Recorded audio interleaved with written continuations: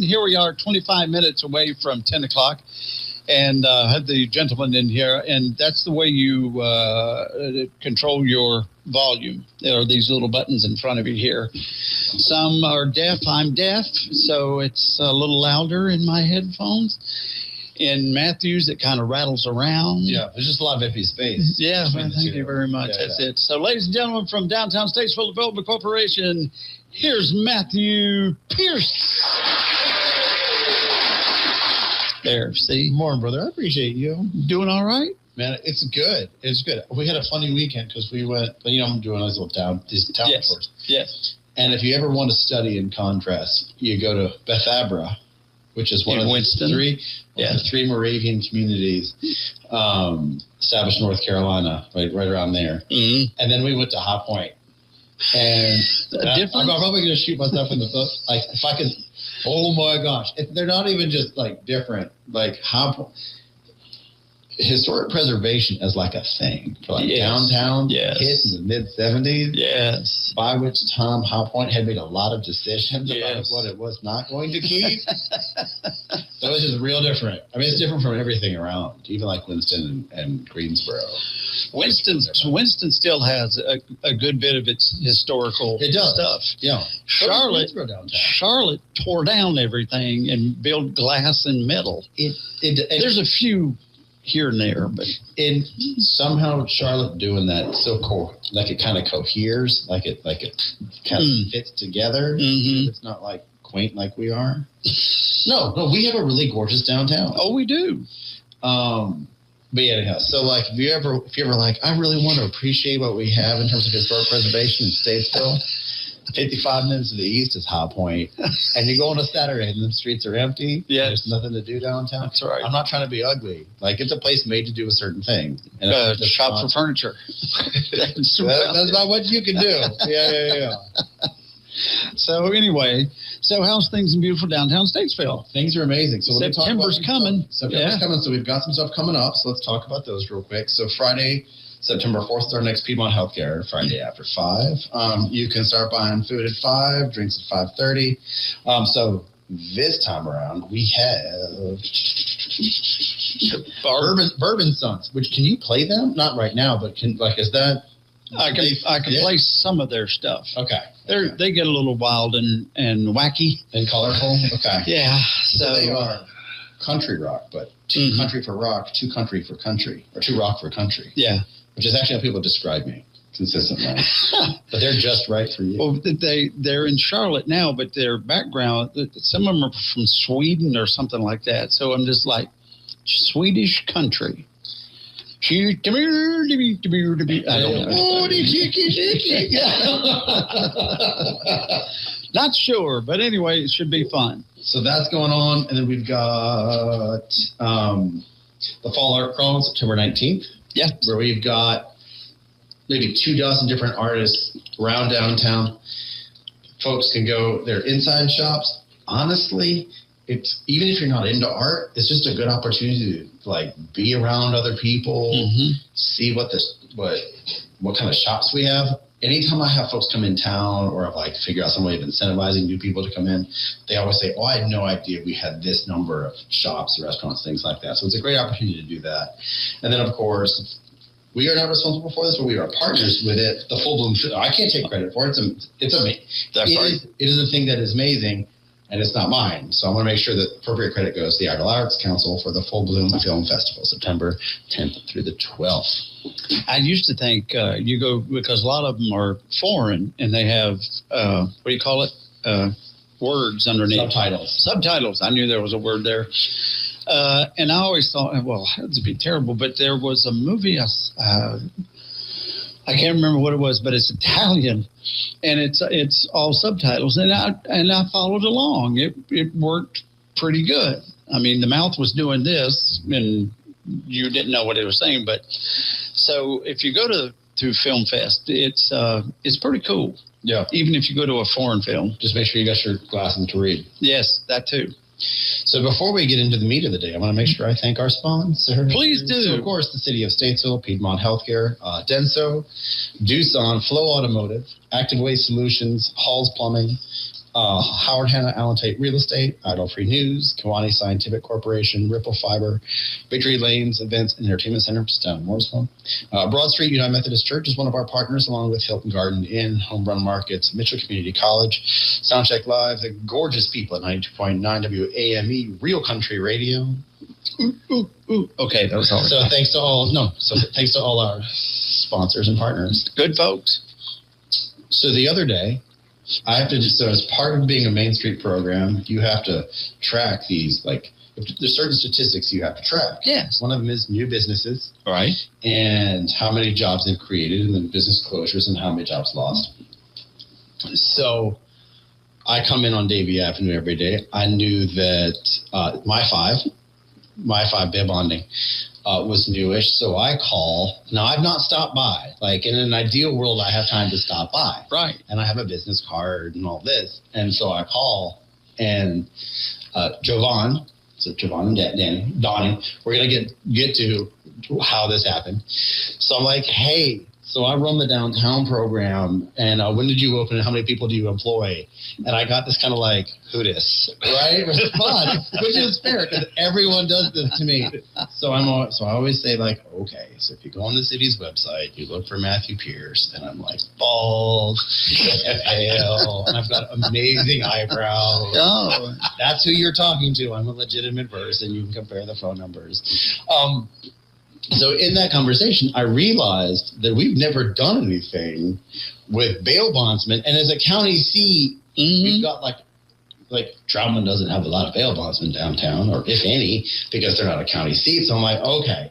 So Jovan said, yeah, let's do this. And I'm like, okay, I can't just bring on one. all right. So I maybe also have a drinking buddy from Red Buffalo. That's not me. Yeah. And so I wanted to bring them on because, like, I mean, that just seems kind of awesome. Right. And so let's start off with the obvious question. Do you have to have long hair to be a bail bondsman? Do you have to have, like, ponytail or braids? Like, could I do it? Let's start there. You couldn't be a bail. I don't see you being a bail. I'm asking the professionals. You have to be tough. The hair is kind of key. Is it? Yes. Like, it's part of the whole, I mean, because Doug kind of, who's not a bail bondsman. Listen, I got long hair, but I don't put a feather in it. Right, that's your life decision.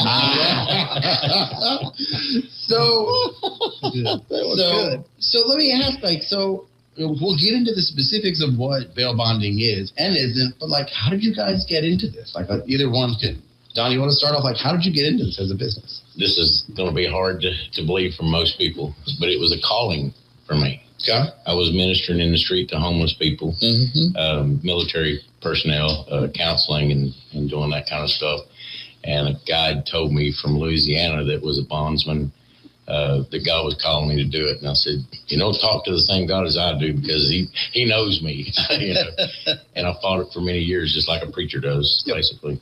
And that was the reason I got into it. I wanted to make a difference in people's lives. I wanted to learn about the judicial system in my earlier years after getting out of the military. I've become a part of the judicial system on the wrong side of it, then straighten my life up. So I just wanted to be there to be for people and learn how to do keep people out of the system, so to speak. Sure. Well, I got into it. I knew a friend back in the day, and he was a bail bondsman. But at the time, I was young, and I was trying to pursue my career in acting and singing, so I put it on the back burner. And then when I, established myself in the music and acting industry, and I made, pretty good. I did well for myself. And so I retired, and I came back to Iredell County, and that was the first thing I did was, okay, I can still make a lot of money. I can still help people and make a difference. So that's why I got into it. So like, but it's not necessarily intuitive to me that being a bail bondsman is, like, helpful for people, right? So, like, walk us through that. Like, what's that look like? So basically, when someone is charged a crime, there's not a lot of investigation that goes on the street, but they're charged with a crime. And just because they're put in jail and they're put on bond, which is a statute that's been around for generations, since Methuselah's day. They have to be held accountable so they can come back to court. So we as a private industry, basically our money's on the line. So we don't have to have county tax money for the police officers to be out here arresting people and bringing them back to court. Here's one of the misconceptions that a lot of people don't talk about that I really like is we're more there for the victim, making sure the victim gets their day in court. Even though we are bonding. Does that make sense? Say more. So when we do that, we use our own money to do this. We get them out. We pay let's just use $1,000 bond. We give the jail, so to speak, it's a power, but we give them $1,000 and we get the people out. Now, if that person don't come back to court, we have 150 days to rearrest them and put them back in jail. We have more arrest authority usually than a U.S. Marshal because of the fact our arrest is done civilly, not criminally. See, that's where I think like Dog the Bounty Hunter was a bad light for a legitimate bail bondsman. He was, because he could not be a bail bondsman. Only 4 states at that time allowed bounty hunters. And he was hired by his wife. She had a low-level felony, and in Hawaii, she was a bail bondsman. But he couldn't be one because he had a high felony. But he could be hired by a bail bondsman, yes. In North Carolina, bail bonding, you have to be a bail agent. There is no such thing as a bounty hunter. It's illegal here. And if another foreign bondsman, they call that, like if somebody in Tennessee comes here to get somebody escaped from Tennessee, then they have to be supervised by a North Carolina bail agent. Oh, really? Yes. How about that? So, yeah. So, see, that's what always confounded me, how things work is like some of these guys get $1 million bond. I put you in at $1 million. And so they'll call you, or they'll call Jovan, is it? Yes, sir. And they'll say, I have $1 million bond. Well, you don't scratch up $1 million and give to the court system. Yes, we do. Yes, we do. What? Yes. We have what we call a power. Let me explain this real quick. Do that. So because that confuses me, because if they jump and run. There's 4 different types of bondsmen in North Carolina. There's an accommodating bondsman. That is you. Billy, if I get drunk tonight and get in jail, you can bring $500 and pay my bail just as my friend. Okay. You can't charge no money for it. You can't arrest me. But that's accommodating bondsman. All right. Or you can put your property out. Then you have a surety bail bondsman. A surety bail bondsman works for an insurance company. They have unlimited resources. We have a power. So on that $1 million bond, I have $1 million power. I would go over and write it and give it to the jail, right? Which in return goes to the clerk for holding. So they would have that $1 million ready and available if they needed it, if this person skipped. Then you have a professional bail bondsman.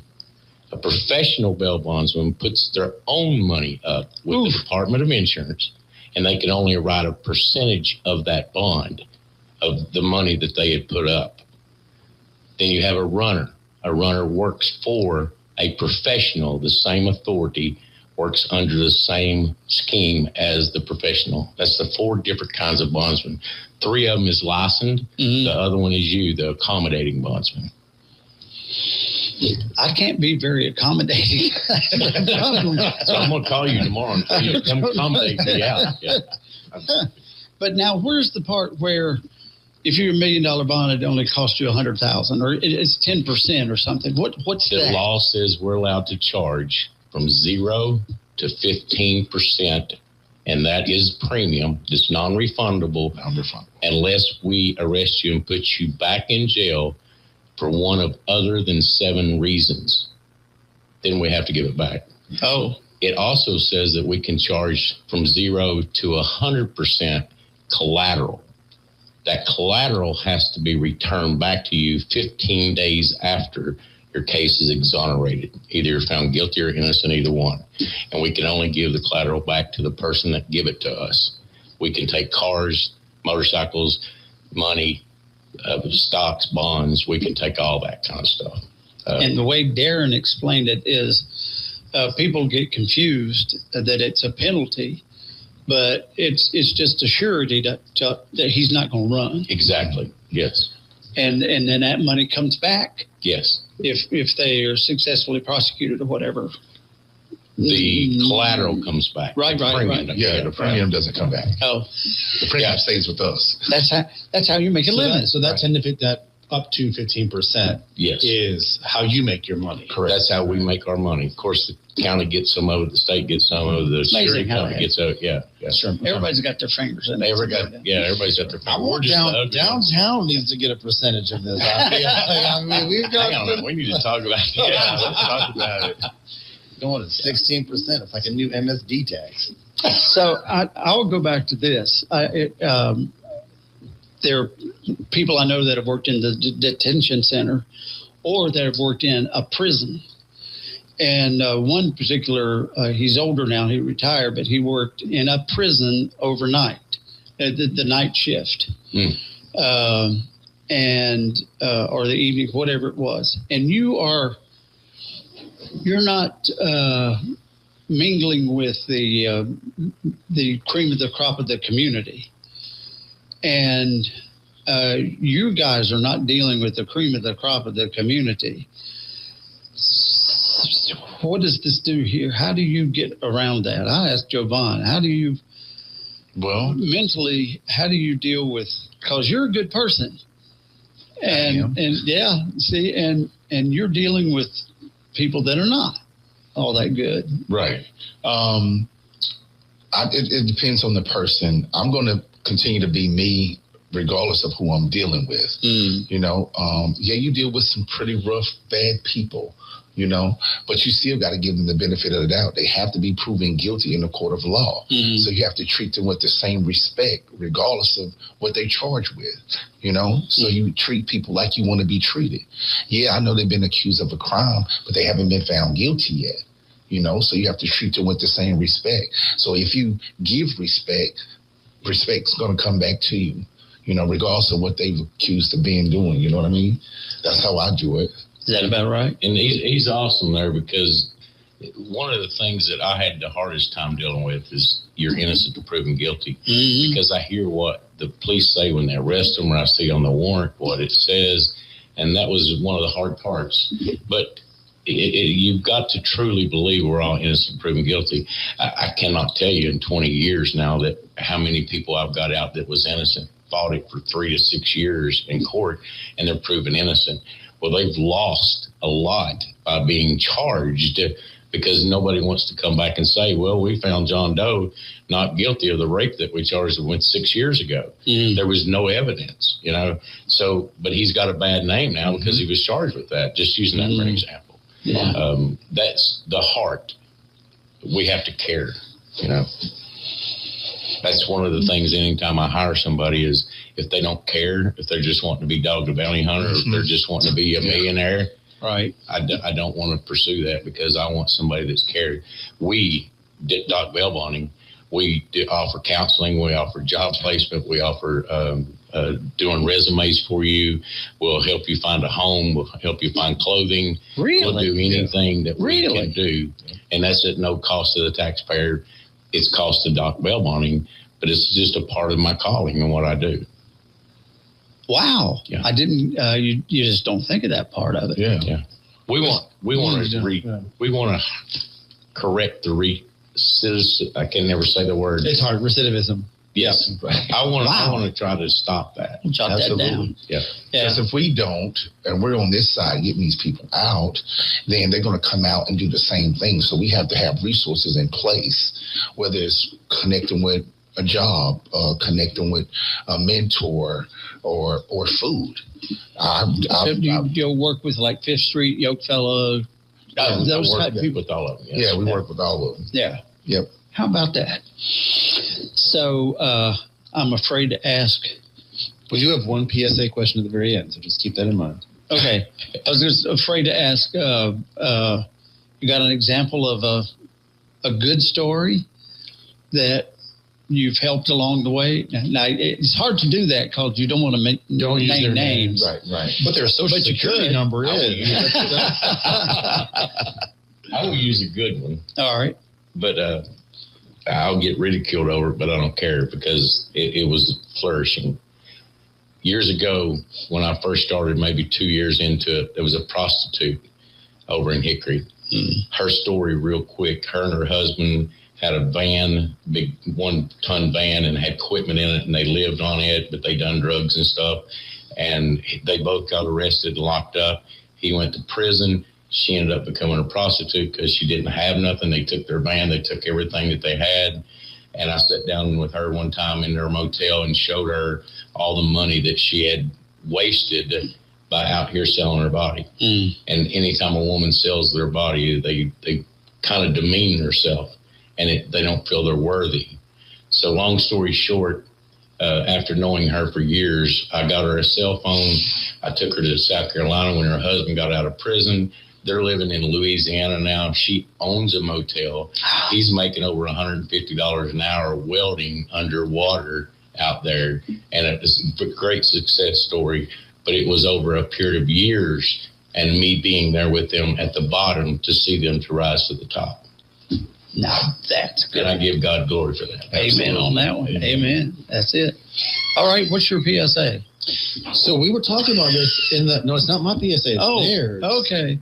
Is we were talking, all of us were talking about the scams going on right now. Oh yeah. So give us a quick like what's going on in the community with regard to bail bonding scams. Either one of you can do this. Go ahead, Doc. So it's a major scam across the United States and across North Carolina and here in Iredell County. Average 1 to 2 people I talk to a week that gets caught up in it. The sheriff's office is giving all this information out. Department of Insurance is our regulatory body. They've given all this out. They're taking the complaints. They're trying to get all this stuff done. What's happening is AI. I hate to say it, but AI is telling these criminals immediately when somebody's inside the jail. They find out who their mothers, their brothers, their sisters, their aunts, their uncles. They call them and they tell them whether it's the sheriff's department. They're using a bunch of different scenarios, but most of them is saying we got to put an ankle monitor on them, give us $1,000, go to Walmart and get gift cards, give us a Zelle, give us matter of fact, Zelle now is not only bank to bank. They do have an app, Venmo, all that kind of stuff. I want people to understand this. No one is going to call you and tell you to give money over the phone and get them out of jail. The sheriffs cannot do it. Only bail bondsmen. The key thing to us is the NPN number. We have a national producer number. You can look us up on the Department of Insurance website. You can also look us up on the North Carolina Judicial System website. Anybody wanting information from that, they're welcome to contact me and I will help them out with that. But these scams is real, and these people is making it sound so real that there's a lot of elderly people around our area losing money. Thousands I would of love dollars. to get that out there. Yeah. Wow. Even the Venmo and all that, I pulled all the stats up. It is illegal to use Venmo, Cash App, all that with bail bonding. Really? I know there is some bondsmen Is that that right? accepts it, but on their websites for their stuff, it is illegal to use. So keep that in mind. That's a good thing to keep in mind. And the scams are crazy. And AI, we just talked about that a while ago. It's out of control. I just because my mom watches this, it's gonna be Donny or Jovan that calls. It's gonna be one of the. You can compare their voices here today. That's right. I'll use Just have to remember that. bald head as a. Yeah, that boy's got That's great a call eyebrows. But the AI won't catch that. Thank you, man. Appreciate it so much. Thank you, sir. This was good. I mean, you guys, we just don't get to hear from you, you know. Thank you for Might like to do another part. No, I want to do maybe in a year we'll come or round 2 of this. What's Absolutely. going on? What are you guys saying? What we need to do is you get arrested and go through the process so you can tell everybody about And we it. can video that. I want to say that I have thus far in life not been justice involved. I think We both in on that. Yeah, we can put both of them out website. Yeah. Do it, and then I'm like, I'm gonna go on vacation. Like he's on the lam. I'm like, bro, I'm in Hamlet. Right? I'm looking at small house. Please look at my Facebook next week. I will have Matt on my wanted post. I like it. Very good. Yeah, Yes. All right. Thanks, man. Thank you, And sir. thank you, Matthew. Thank you, sir. And all the Matt. good things that Downtown Statesville Development Corporation does. It's 10 o'clock.